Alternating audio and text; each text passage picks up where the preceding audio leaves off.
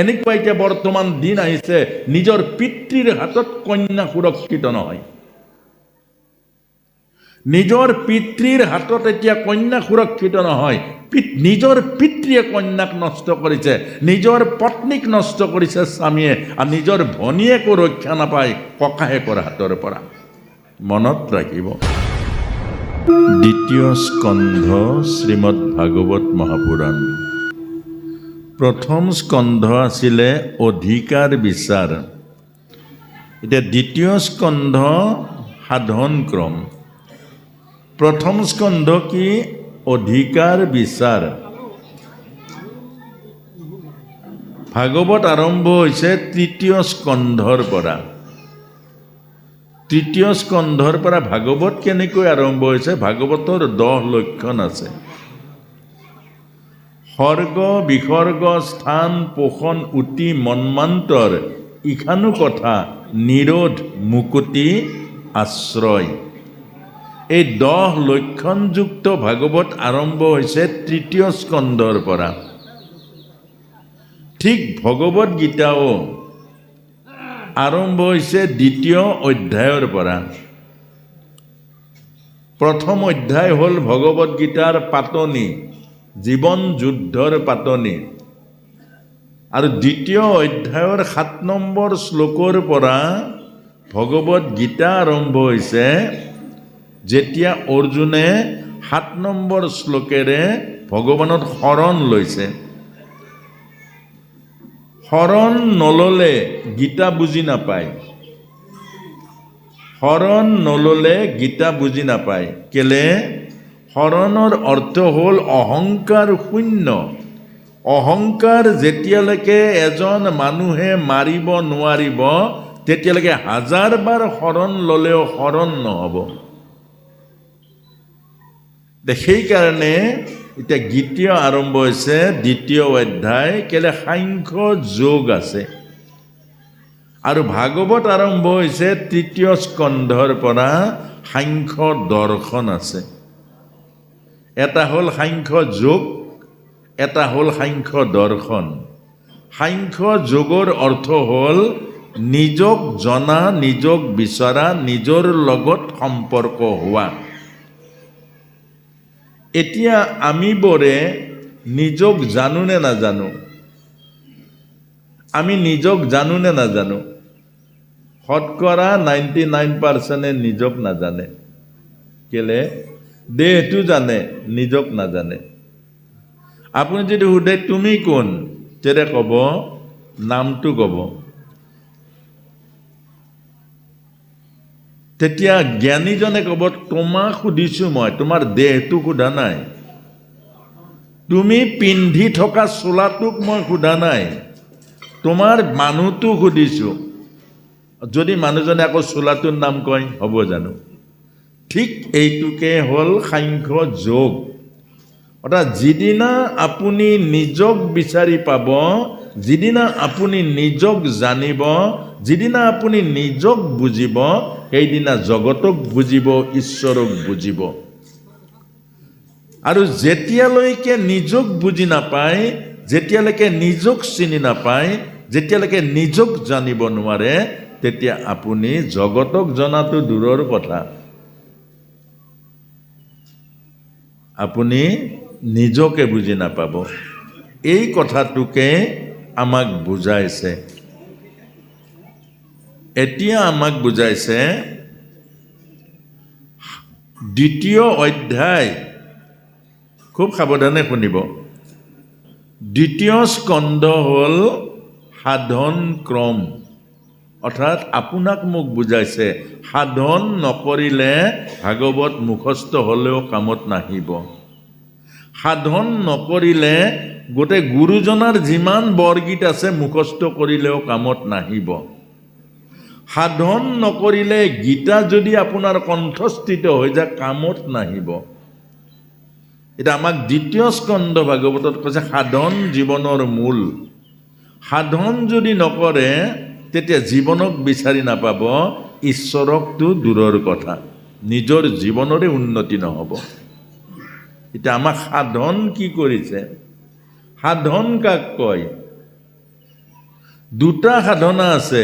এটা শৰীৰৰ বল বীৰ্য বৃদ্ধি কৰে, ডাম্বেল এক্সাৰচাইজ কৰক, উঠা বহা কৰক, 10 কিলোমিটাৰ ৰাতিপুৱা খোজ কাঢ়ক, প্ৰাণায়াম কৰক, আপোনাৰ শৰীৰ বলৱান হ'ব, শৰীৰ নিৰোগী হ'ব, শৰীৰ স্বাস্থ্য হ'ব। কিন্তু এদিন শৰীৰ শ্মশানলৈ যাব, সেইটো বন্ধ কৰিব নোৱাৰে। এতিয়া আৰু এটা সাধন আছে, আত্মা বলৱান হ'ব, আত্মবলত বলি হ'ব, আত্মাই অমৰত্ব দিব, মৃত্যুৰহিত অৱস্থা আনি দিব। এই সাধনাটোৱে হ'ল আধ্যাত্ম সাধনা। সেইকাৰণে প্ৰহ্লাদে আধ্যাত্ম সাধনা কৰিছিল। প্ৰহ্লাদ সেইকাৰণে মৃত্যুক জয় কৰিলে। অগ্নিয়ে পুৰিব নোৱাৰিলে প্ৰহ্লাদক, সাপৰ বিষে মাৰিব নোৱাৰিলে প্ৰহ্লাদক, পাহাৰৰ পৰা পেলাই দিলে। কেলে? আধ্যাত্ম সাধনা হ'ল মৃত্যুৰহিত সাধনা। আৰু সেই সাধনাই পৰীক্ষিত মহাৰাজে শ্ৰীমদ ভাগৱত গংগাৰ পাৰত শুনি শেষত সমিধান দিছে। শুকগুৰুৱে যেতিয়া কৈছিলে পৰীক্ষিত ভাগৱত শেষ হ'ল, এতিয়া কোৱা তেতিয়া পৰীক্ষিত মহাৰাজে কৈছিলে, এটা তক্ষক নালাগে, কোটি কোটি তক্ষক আহিলেও মোৰ ভয় নাই, মোৰ ভয় নাই। কেলে ভয় নাই? আগতে মই দেহ আছিলোঁ, দেহত মৰে, দেহেত জন্ম হয়। আৰু এতিয়া তোমাৰ ভাগৱতৰ কৃপাত, তোমাৰ ভাগৱত শ্ৰৱণ কৰি, তোমাৰ ভাগৱত মথন কৰি, তোমাৰ ভাগৱতৰ তত্ত্ব লাভ কৰি এতিয়া বুজিছোঁ, ন জায়তে ম্ৰিয়তে বা কদাচিৎ নাম ভূত্তা ভবিতা বা না ভূয়ঃ আজ নিত্য শাশ্বত পুৰাণয়ম ন হন্যতে হন্য মানেশ্বৰীৰে না। আত্মাৰ জন্ম নাই, আত্মাৰ মৃত্যু নাই, আত্মা সনাতন, আত্মা অবিনাশী। আত্মাক জলেও তিয়াব নোৱাৰে, অগ্নিয়ে পুৰিব নোৱাৰে, অস্ত্ৰই কাটিব নোৱাৰে, বতাহে শুকাব নোৱাৰে। আৰু সেই ময়েই আত্মা। এয়া হ'ল আধ্যাত্ম সাধনা। আৰু এই তত্ত্ব কথা শুনিলে নাপায়, এই তত্ত্ব সাধন কৰিব লাগিব, জীৱন সাধন কৰিব লাগিব। সকামত নাম গোৱা খালে, সকামৰ নামত বহিলে অন্তিমত নাম নাপায়। মনত ৰাখিব প্ৰভু মস্ত। সকামৰ নাম সকামতে পাৰ হয়, সকামৰ নাম কোমল চাউল দৈ গাখীৰত পাৰ হয়, সকামৰ নাম ভোজনীত পাৰ হয়, সকামৰ নাম দক্ষিণাত পাৰ হয়। সেই নামে কেতিয়াও তৰাব নোৱাৰে। এই নামে নাম নহয়, আৰু নাম আছে, সহস্ৰ নামে যাৰ খাতে পাছে, সেই নাম হ'ল সাধনাৰ মাজত কৰা জীৱন নাম। অৰ্থাৎ সেই নাম অখণ্ড নাম, ৰাম ৰাম ৰাম ৰাম ৰাম ৰাম ৰাম ৰাম। অখণ্ড মানে কি? গভীৰ টোপনিত ৰাম ৰাম ৰাম, পায়খানাতো ৰাম ৰাম, স্নান কৰোঁতে ৰাম ৰাম, গমন কৰোঁতে ৰাম ৰাম। সেই ৰাম যেতিয়া ৰমন হৈ যাব, ৰামতে ৰমহো যেতিয়া ৰমি পৰিব, অখণ্ড ৰাম যেতিয়া হ'ব, শ্বাস প্ৰশ্বাসত যেতিয়া নাম সোমাব, এই নামে কামত দিব, এই নামে জীৱন মহাজীৱনলৈ ৰূপান্তৰ কৰি দিব। এতিয়া সেইটোকে কৈছে সাধনা। এতিয়া আমাৰ বৰ্তমান সমস্যা হ'ল, আমি কথা চব জানো, কিন্তু আমি সাধন নকৰোঁ। এই জনাটোৱে হ'ল কণা। ধৃতৰাষ্ট্ৰ যে কণা, ধৃতৰাষ্ট্ৰ যে অন্ধ, ধৃতৰাষ্ট্ৰই চব জানে, চব বুজে।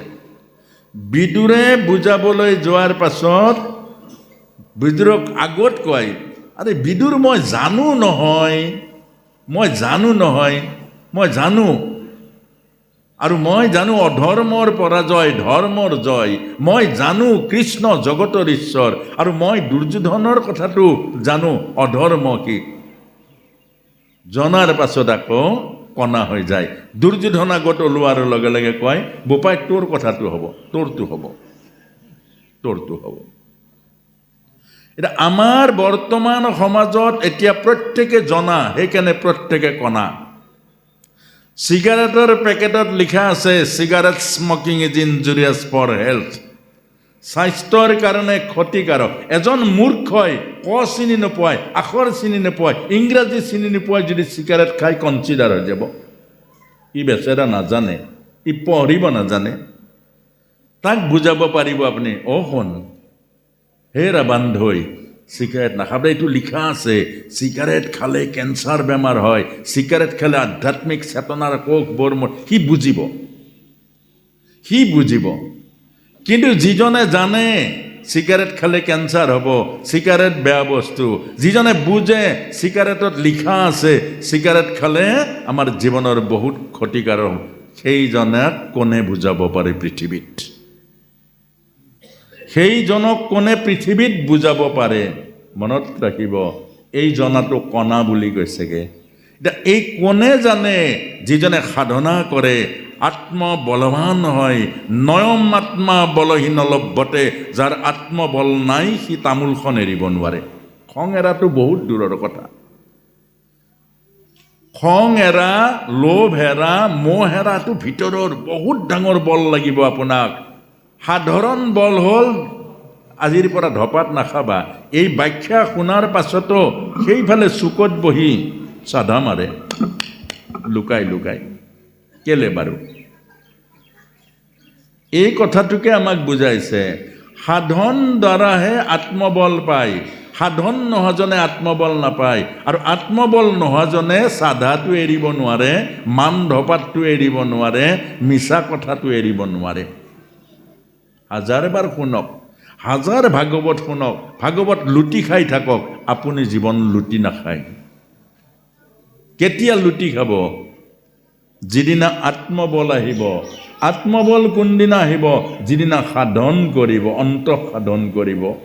আৰু অন্তঃ সাধনাৰ দ্বাৰা আত্মবল পাব। আৰু সেই আত্মবলৰ দ্বাৰা বুদ্ধই জীৱন মুক্তি পালে। সেই আত্মবলৰ দ্বাৰা ধ্ৰুৱই ধ্ৰুৱলোক পালে। সেই আত্মবলৰ দ্বাৰা পৰীক্ষিতে মুক্তি লাভ কৰিলে। সেই আত্মবলৰ দ্বাৰা খটাংগই 2 দণ্ডৰ ভিতৰত গতি পালে। আৰু সেই আত্মবলৰ দ্বাৰাই তুলসীদাস মহাকবি, কালিদাস, এইবোৰ মহান মহান ৰত্নাকৰ বাল্মীকিলৈ ৰূপান্তৰ হ'ল। গতিকে হে প্ৰভু সমস্ত, হে আই মাতৃসকল, জীৱনত গুৰুত্ব দিয়ক, সাধনাত গুৰুত্ব দিয়ক। আপোনাক সবে এই ভোজনত যিমান গুৰুত্ব দিয়ে, কেটলেক চাই বনায়, কিমান বিধৰ তৰকাৰী বনায়, এইবিলাক জিভাৰ জুতি লগাই লগাই ইন্দ্ৰিয়ক বলৱান নকৰিব। ইন্দ্ৰিয় বহিৰ্মুখী হ'লে ঘূৰাই আনিব কেতিয়াও নোৱাৰে। গৰুক যেনেকৈ লোভিয়া কৰিলে গৰুক আপুনি আৰু লোভ গুচাব নোৱাৰে, কেঁচা পকা চব খাই দিব। আমাক ভাগৱতে কৈছে, মানুহ যেতিয়া ইন্দ্ৰিয় সংযমী নহ'ব, মানুহ যেতিয়া ইন্দ্ৰিয়বোৰ অন্তৰ্মুখী নকৰিব, নিজৰ ভনীয়েকো বাচি যাব নোৱাৰিব, নিজৰ কন্যা বাচি যাব নোৱাৰিব। এনেকুৱা এতিয়া বৰ্তমান দিন আহিছে, নিজৰ পিতৃৰ হাতত কন্যা সুৰক্ষিত নহয়। নিজৰ পিতৃৰ হাতত এতিয়া কন্যা সুৰক্ষিত নহয়। নিজৰ পিতৃয়ে কন্যাক নষ্ট কৰিছে, নিজৰ পত্নীক নষ্ট কৰিছে স্বামীয়ে, আৰু নিজৰ ভনীয়েকো ৰক্ষা নাপায় ককায়েকৰ হাতৰ পৰা। মনত ৰাখিব, আজি সমাজখন আধ্যাত্মিক সাধনাবোৰ নাই। অন্ন বনাওঁতে আধ্যাত্মিকতাৰ ভাৱনা নাই, অন্ন খাওঁতে আধ্যাত্মিকতাৰ নিয়মৰ ব্যৱস্থা নাই। মাত্ৰ চব এফালৰ পৰা খাই দিওঁ। আৰু যেতিয়া এফালৰ পৰা খাই দিওঁ, ভনীয়েক হৈ নাথাকিব, পত্নী হৈ নাথাকিব, কন্যা হৈ নাথাকিব।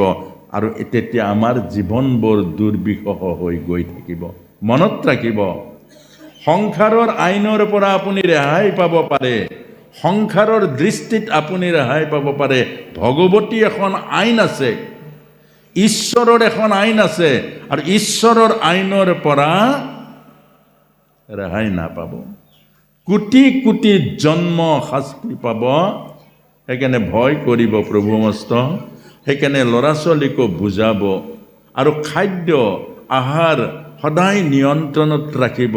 যিকোনো বস্তু খাবলৈ নিদিব, যিকোনো বস্তু আপোনাক নাখাব, সদায় ভগৱানক অৰ্পণ কৰি খুৱাব। আপোনাক আমাক এই সাপৰ খেল দেখুওৱা মানুহৰ নিচিনা ভাবে। সঁচা কথা কৈছোঁ। যদি এইবোৰ কথা আমাৰ কথাবোৰ অৰ্থাৎ ভাগৱতৰ কথাবোৰ যদি অন্তত মানিলেহেঁতেন আজিৰ সমাজ বহুত পৰিৱৰ্তন হৈ গ'লহেঁতেন। আপোনাক হবে এইটো কথা ভাবি লয় মনে মনে এইজনক মাতিছোঁ পইচা কেইটামান দি দিলে মানুহজন সন্তুষ্টি হ'ব। কেতিয়াও নাভাবিব। আমি সন্তুষ্ট হৈ নাযাওঁ, অসন্তুষ্ট হৈ যাওঁ, কান্দি কান্দি যাওঁ। যিখন সমাজত কথা নুশুনে, যিখন সমাজত জ্ঞান নলয়, যিখন সমাজত ভাগৱতৰ আদৰ্শ নলয়, সেইখন সমাজত এজন বক্তাই কেতিয়াও সুখী হ'ব নোৱাৰে। সেইকাৰণে আমাক কৈছে আধ্যাত্ম সাধনাটো কৰিব। আমাৰ বয়োজ্যেষ্ঠসকলক লগ কেলে লাগে বাৰু? এতিয়া আপোনাক লগ কেলে লাগে? নিৰলে থাকক, প্ৰভুৰ নাম লগ দেখা কালতে আৰম্ভ কৰক। ৰাম ৰাম ৰাম ৰাম, কৃষ্ণ কৃষ্ণ, হৰি হৰি, কিবা এটা নাম বাছি লওক না। নাম ল'বলৈ গুৰু নালাগে। ভাগৱতেই গুৰু, গীতাই গুৰু। গীতাত কৈছে নাম ল, ভাগৱতত কৈছে নাম ল। আকৌ বেলেগকৈ গুৰুৰ কি প্ৰয়োজন আছে? মন্ত্ৰ ল'বলৈ গুৰু লাগে। এটা নাম বাছি লওক আৰু শয়নে সপোনে চকী এখনত বহি লওক। ৰাম ৰাম ৰাম ৰাম ৰাম ৰাম ৰাম ৰাম ৰাম ৰাম ৰাম ৰাম ৰাম। কি লগ লাগিছে আপোনাক? কি খাবলৈ লাগিছে? দিলে খাব, নিদিলে নাখাব। খাই খাই মৰি আছে চব। খাই খাই মৰি আছে। দিলে খাব, নিদিলে নাখাব। কি বোৱাৰীৰ কথা ক'ব লগা আছে, কি ল'ৰাৰ কথা ক'ব লগা আছে। গতিকে কলিযুগ চবতকৈ উত্তম যুগ। নামৰ সংগ কৰক, অখণ্ড নাম লৈ থাকক। শয়নে সপোনে দেখিব সি নামে আপোনাক তৰাব। আৰু চব নাতি চবে ককা বোলে নুবোলে? আপোনাক চবে ককা বোলে নে নুবোলে? আকৌ মোৰ নাতি কেলে কৰে? চব নাতি হয় নে নহয়? হয় নে নহয়? চব নাতি চাওক আপুনি। আকৌ মোৰ নাতিত সোমাই পেলাই গাঁতত কেলে সোমায়? গাঁতত সোমাই জানো মানুহ? সাগৰৰ মানুহ অৰ্থাৎ বহল মন্তৰৰ মানুহ, অন্তৰৰ দুৱাৰ খুলি দিয়ক। চবকে নাতিৰ দৃষ্টিৰে দেখক, চবৰ প্ৰতি সমান ভাৱনা কৰক, চবৰ প্ৰতি সমান স্নেহ দিয়ক আপুনি। আকৌ মোৰ নাতিত কেলে সোমায় আপুনি? আপোনাৰ মোৰ এইটোৱে কৈছে সাধনা। এইটোৱে সাধনা। মোৰ ঘৰ মোৰ ঘৰ মোৰ ঘৰ। মাজে মাজে ঘৰৰ পৰা ওলাই যাওক। আপোনাকতো যাব কয়ে। আইগৰাকী আমনি পায়। মানুহ যেতিয়া বুঢ়া হয়, ঘৰত যেতিয়া বহি থাকে, চবে আমনি পায়। আপুনি ওলাই যাওক, 2 দিন গুচি যাওক, কাৰোবাৰ ঘৰত থাকক, কাৰোবাৰ ঘৰত থাকি আহক। চবকে বোৱাৰী দেখক, চবকে ছোৱালী দেখক, চবকে নাতি দেখক। আপোনাৰ বহল এখন ঘৰ পাব। এই বহল ঘৰৰ মাজেৰে বহল ঈশ্বৰক পাব। সেয়াই বৈকুণ্ঠ। কৰবাত গাঁঠি এটা লগাই ৰাখিব।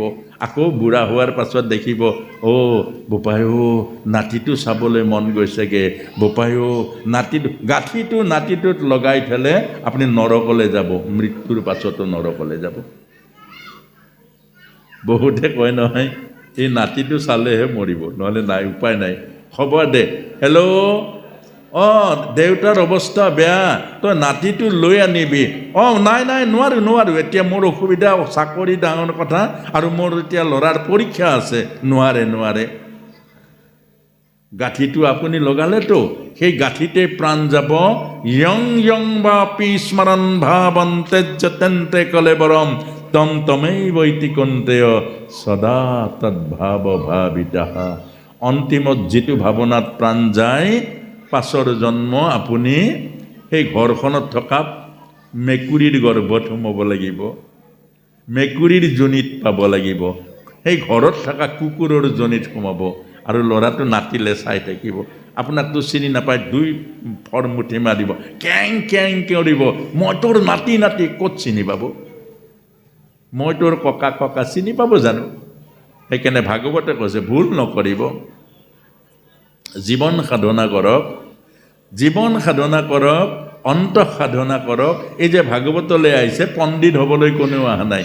এই নামঘৰলৈ যে আহিছে, ইয়াত মানে লিডাৰ হ'বলৈ অহা নাই। আগপাতখন মই কিয় নাপাম, আগৰ ধাৰিখন মই কিয় নাপাম, মই হেন মানুহজনক বয়সন, সেইবোৰ কৰিবলৈ অহা নাই। অহংকাৰ মাৰিবলৈ নামঘৰলৈ আহিছে। নামঘৰলৈ আহিছে অহংকাৰ মাৰিবৰ কাৰণে, নামঘৰলৈ আহিছে অভিমান মাৰিবৰ কাৰণে, নামঘৰত আহিছে ভকতি সাধিবলৈ। এইজনহে বেয়া, এইজন মানুহ বেয়া, সেইবোৰ চাবলৈ আহিছে জানো? এইটোৱে সাধনা। গতিকে গুৰুজনে আমাক নামঘৰ দিছে, আৰু ইয়াত অহংকাৰ মাৰি দিয়ক, অভিমান মাৰি দিয়ক। সদায় আগত নবহিব, এদিন পাছত বহক। সদায় সন্মান নল'ব, এদিন অপমানৰ কাৰণে আশা কৰিব। সদায় যদি ভাবে আগপাত খিলা মই পাম, আগপাত খিলা মই, এই গাঁঠিটোৱে আপোনাৰ জীৱনৰ সমস্ত পুণ্য নষ্ট কৰি দিব। গাঁৱৰ হাজিৰা কৰা মানুহটোও নামঘৰৰ আগত বহাৰ অধিকাৰ আছে, সমান চান্দা দিছে। আপুনি যে সদায় বহিব লাগিব আগত, তাৰ কি কথা আছে? গাঁৱৰ হাজিৰা কৰা মানুহটো এদিন আগত বহিব, কিন্তু আমাৰ গাঁৱৰ ৰাইজে সি হাজিৰা কৰা মানুহটো যদি বহে, তই ক'ত বহিছ, উঠ উঠ, সেইটো কেলে কৰিব? জয় বিজয় আমাক কি শিকাইছে?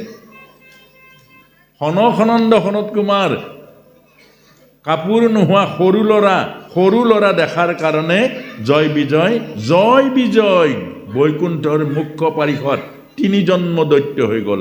আৰু আপুনি মই যদি সেইটো কৰোঁ, আপুনি মই কিমান জন্ম অসুৰজনী পাব লাগিব, ঈশ্বৰৰ সেৱাৰ পৰা বঞ্চিত হ'ব লাগিব।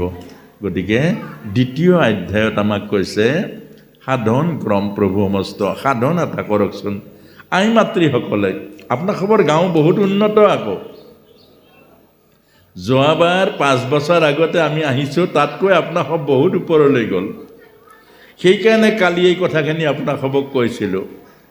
আৰু এতিয়া এটা কাম কৰিব, প্ৰতি ঘৰ গৃহস্থীৰ পাকঘৰ বৰ পবিত্ৰকৈ ৰাখিবচোন। পাকঘৰত লক্ষ্মীৰ স্থান বুলি ভাবিব। পাকঘৰটো সদায় লক্ষ্মীৰ থান, অন্নপূৰ্ণা মা থাকে। পাকঘৰত সোমাই কেতিয়াও বেয়া কথা নাপাতিব, পাকঘৰত সোমাই কেতিয়াও গালি গালাজ নাপাৰিব ল'ৰা ছোৱালীক। আৰু পাকঘৰত সদায় ধূপ জ্বলাব। কেলে? লক্ষ্মী মন্দিৰ, তাত অন্নপূৰ্ণা মন্দিৰ।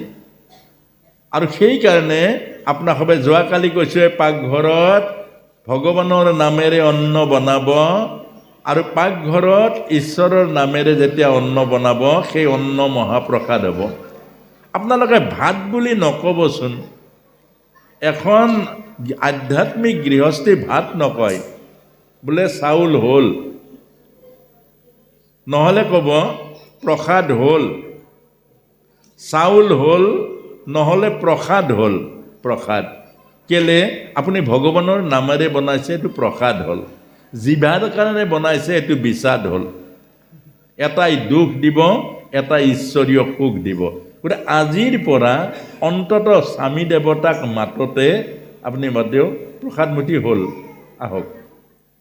এই শব্দটো পাৰিবনে বাৰু ক'বলৈ? পাৰিব নাই? পাৰিব নাই? নোৱাৰিব। ৰত্নাকৰে ৰাম বুলিব পৰা নাছিলে আকৌ। সেইকাৰণে মৰাম বুলি ক'ব দিলে। মনত থাকিলনে বাৰু? বা মনত থাকিলনে? থাকিলে? যে বেলেগবিলাকক যি কৰে কৰিব, প্ৰথম আৰম্ভণিটো তেনেকুৱাই। অন্তত মূল মানুহজনক, স্বামীজনক ক'ব যে প্ৰসাদ হ'ল, দিওঁ নেকি? পাৰিবনে? চবেই কওক, তেতিয়াহে গম পাম।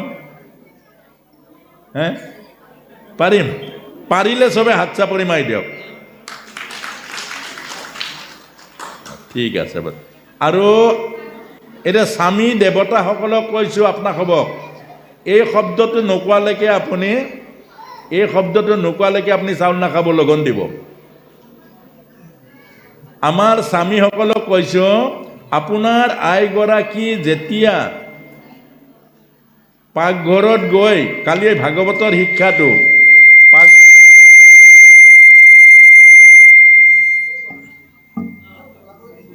পাকঘৰত গৈ যদি বেয়া মাত মাতে, ল'ৰা ছোৱালীক বেয়া ধমকি দিয়ে, অন্নমুঠি নাখাব, লঘোণ দিব সেইদিনা। আৰু আই মাতৃগৰাকী যেতিয়ালৈকে নকয় যে প্ৰসাদ হ'ল, উলিয়াম নেকি, আপুনি নুশুনিব। আৰু যেতিয়া শব্দটো ক'ব যে প্ৰসাদ হ'ল, উলিয়াম, উলিওৱা। আৰু প্ৰায় স্বামীসকলক এটা মন্ত্ৰ হ'ল অন্ন দিওঁতে মা ৰূপে চাব, নিজৰ পত্নীক মা ৰূপে চাব, বেয়া চকুৰে নাচাব, বেয়া মাত নামাতিব, বেয়া ব্যৱহাৰ নকৰিব। অন্ন হ'ল লক্ষ্মী স্বৰূপিনী মা হয়। অন্ন যিয়ে দিয়ে এয়া মা। এই ভাৱনাৰে এই দুটা কথা নাপাহৰিব। আৰু পিছৰবাৰ কেতিয়াবা হ'লেতো আহিম, অহাটো খাটাং, মৰাৰ পাছত আকৌ ইয়াতে জন্ম ল'ম, এইটো আকৌ দিগদাৰী হৈ যাব।